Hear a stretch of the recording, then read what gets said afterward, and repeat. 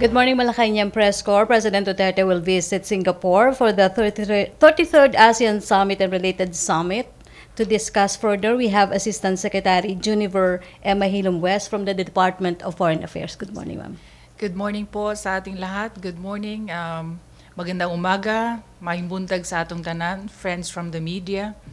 I would like to brief you on the 33rd ASEAN Summit and related summits that will be held in Singapore from the 13th to the 15th of November 2018.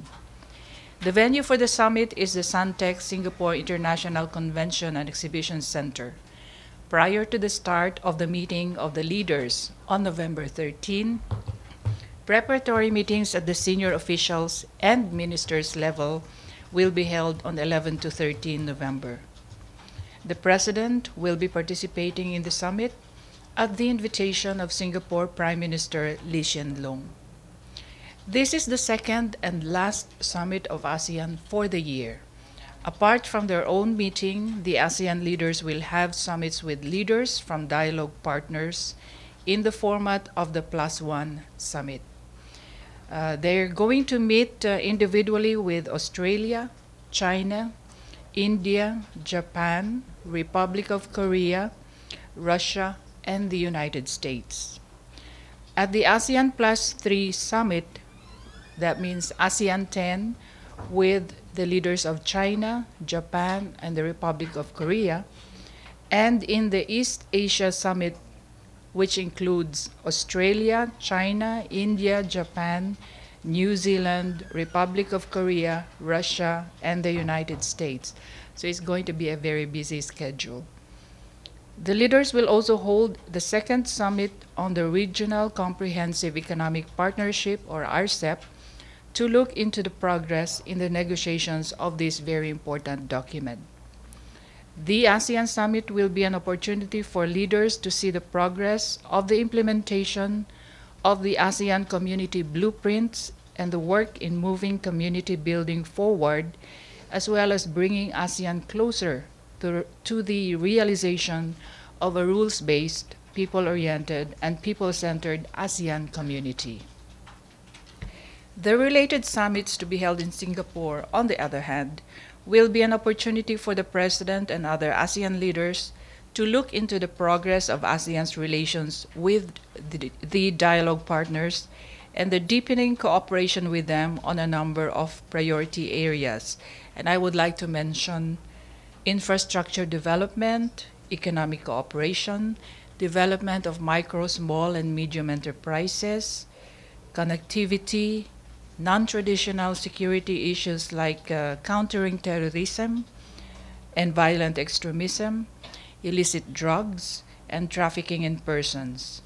Other areas of cooperation include women and youth, disaster management, climate change, and people-to-people exchanges.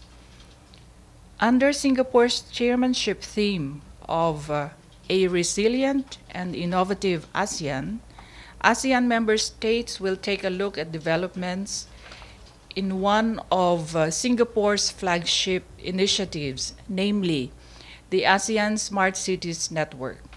This is an initiative that hopes to move forward city development, sustainable urbanization, and connectivity among the cities of ASEAN. Given that this is a summit with the major players in the region, we can expect engaging discussions on regional and international issues that impact on the peace, security, and overall well-being of the peoples of our region. Among the issues that may be touched on by leaders are the Korean Peninsula, the South China Sea, the global economy, and the challenges to economic integration and to a rules-based multilateral trade system, as well as transnational and transboundary issues such as terrorism, violent extremism, trafficking in persons, illicit drugs, climate change, and disaster management. We anticipate a number of outcome documents to be adopted, issued, and noted by the leaders at the ASEAN Summit and in the +1 summits, the ASEAN +3, as well as the East Asia Summit. Finally, at this 33rd Summit of ASEAN, Singapore will symbolically hand over the chairmanship of ASEAN to Thailand, and Thailand will assume as chair at the beginning of 2019 next year. This ends my brief statement. I will entertain questions from the media now. MPs, you have questions? Yeah, please. Microphone, please. Pakabot.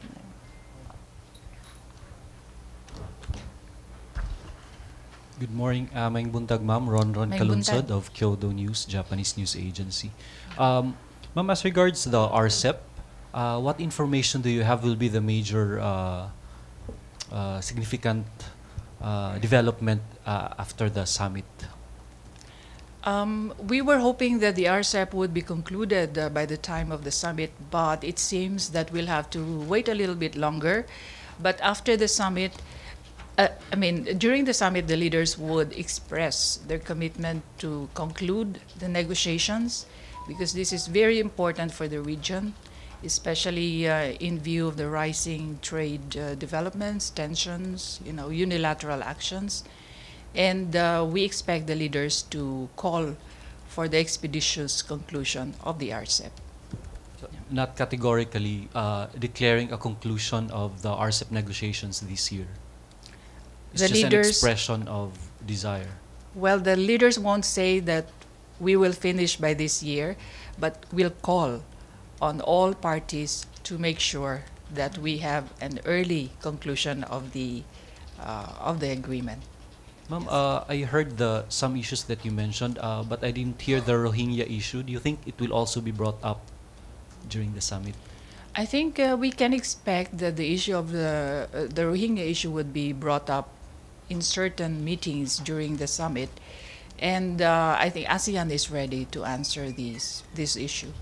Last from my end, what will be the important issues as far as our president is concerned? What will he bring up, ma'am, on the table? I have mentioned before, I've enumerated some of the issues that are very important, concerns that are very important to us. Medium and small, micro, small, and medium enterprises, infrastructure development because of our Build program, economic integration, economic building an economic community and economic cooperation, connectivity, yung mga non-traditional issues like countering terrorism, violent extremism, combating illicit drugs, and trafficking in persons.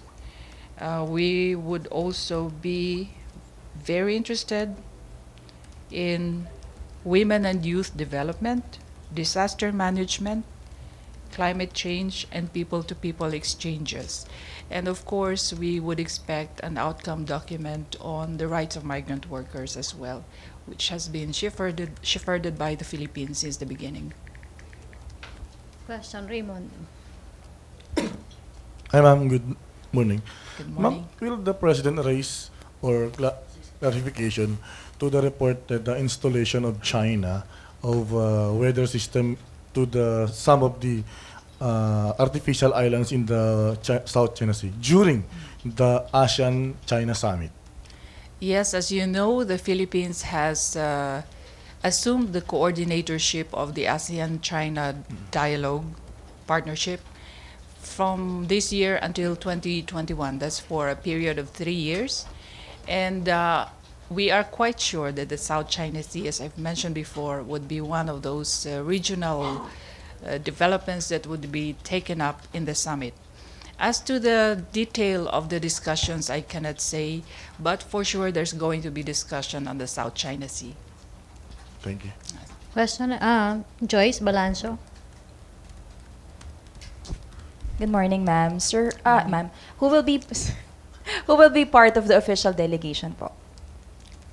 Who will be part of Of the the official official delegation? I think I would defer to the Office of the President to comment or to reply to that question, but we have made our recommendations already. But definitely, ma'am, there will be cabinet secretaries, members of the cabinet who will Yes, be part of course. Because as you know, the summit would touch on the 3 pillars of cooperation within ASEAN, namely political security pillar, economic pillar, and social-cultural. So the portfolios of the cabinet ministers that we would recommend to attend would follow that format as well. After po ba nitong ASEAN, will the President be meeting the Filipino community in Singapore? We have not heard of any plans because, as I've mentioned, the schedule is really tight. One meeting happening after the other, and then these are leaders, heads of states and governments, and we are not sure if there's going to be time to meet the community. Yeah. Okay. Alvin. Good morning, ma'am. Ma'am, Morning.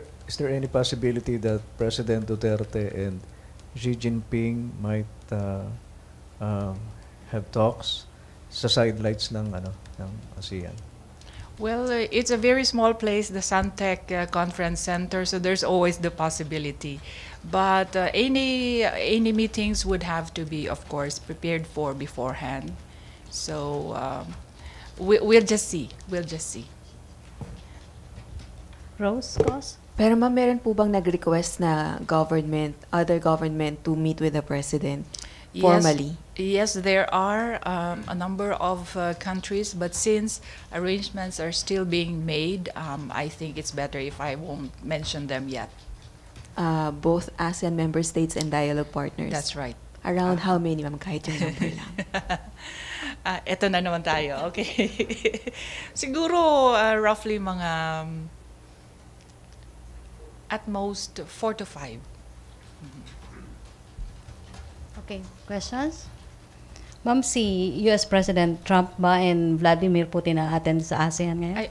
It's good that you asked that because for the U.S. it's going to be Vice President Mike Pence, who is going to represent President Donald Trump, and we have been advised that it's President Putin of Russia who will be attending. Okay. Questions? No more? Okay, maraming salamat, MPC. Maraming salamat po, Assistant Secretary West. Maraming salamat din. Okay, Thank back you. to our main studio sa Radyo Pilipinas and People's Television Network. Daghang salamat.